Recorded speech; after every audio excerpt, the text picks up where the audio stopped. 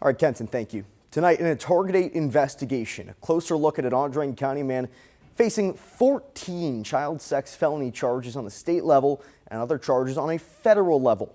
We introduced you to William Dahl earlier this year. He was arrested for the first time in February, but he's had allegations of sexual abuse on record going back to 2005. Over the next 3 nights, we'll be taking a closer look at why it took years to bring about charges. Tonight, we begin with someone who's speaking out about her own experience with Dahl. Some of the details might be disturbing. Here's KOMU 8's Bradley Davis. 3 victims in 2 state cases. The victim cited is only 9 years old. He's the Audrain County man who is facing 14 felonies related to child sex crimes. Prosecutor added sex trafficking, child pornography, and 2 other felonies. Traffickers and buyers come from all socioeconomic backgrounds. Someone older like that and making threats, I mean, you believe them. William Dahl. William Dahl. William Dahl. He really had a bad temper when he didn't get his way. Dahl is 37 years old and in jail awaiting trial.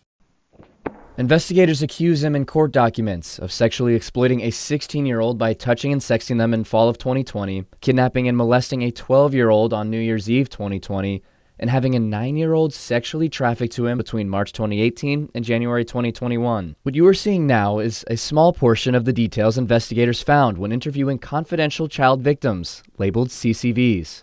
Most were too disturbing to put in this story. Old court records raise serious questions as to whether the abuse could have been prevented. Dahl grew up in a small town called Rush Hill, just under 20 minutes from Mexico, Missouri. The son of a recently retired Audrain County Sheriff's deputy, he graduated high school from the Community R6 school district in 2003. Court documents show he lived his life after that hanging around teenage kids. Tiffany Nicole Ellis was 17 years old and having troubles at home with her mom. She says Dahl took advantage. He seemed like he cared and was wanting to help me, but later on I found out that that's not really how he was at all. Ellis and the 20-year-old Dahl were at a friend's house. She says Dahl started begging them to have sex with him. He kept bugging her and bugging her and bugging her and bugging her, and I got tired of hearing it.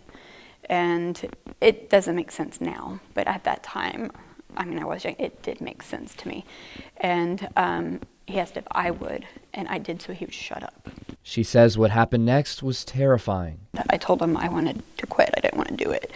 And he wouldn't take no for an answer, and I told him I was going to scream if he didn't let me go, and so he covered my face and then continued to rape me.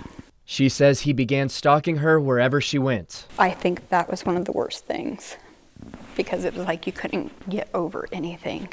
You just had to keep reliving everything because he was always there. Ellis says it all became too much. She reconciled with her mom, and together they filed for a child order of protection. That's when Ellis says Dahl's lawyer, named Jason Shackelford, reached out to propose a deal. He wanted us to drop the child protection order. And we came to an agreement that I would drop that, and he would make it where William could never come near me and could never come near my family. She says she agreed to Shackelford's proposal, signed the deposition, and dropped her petition for a protective order. Things he would say just made it seem like I would go to court, have to face him when I was scared of him, because I had made it clear that I was scared of him. And he used that, you know, and it's like, you'll have to face him.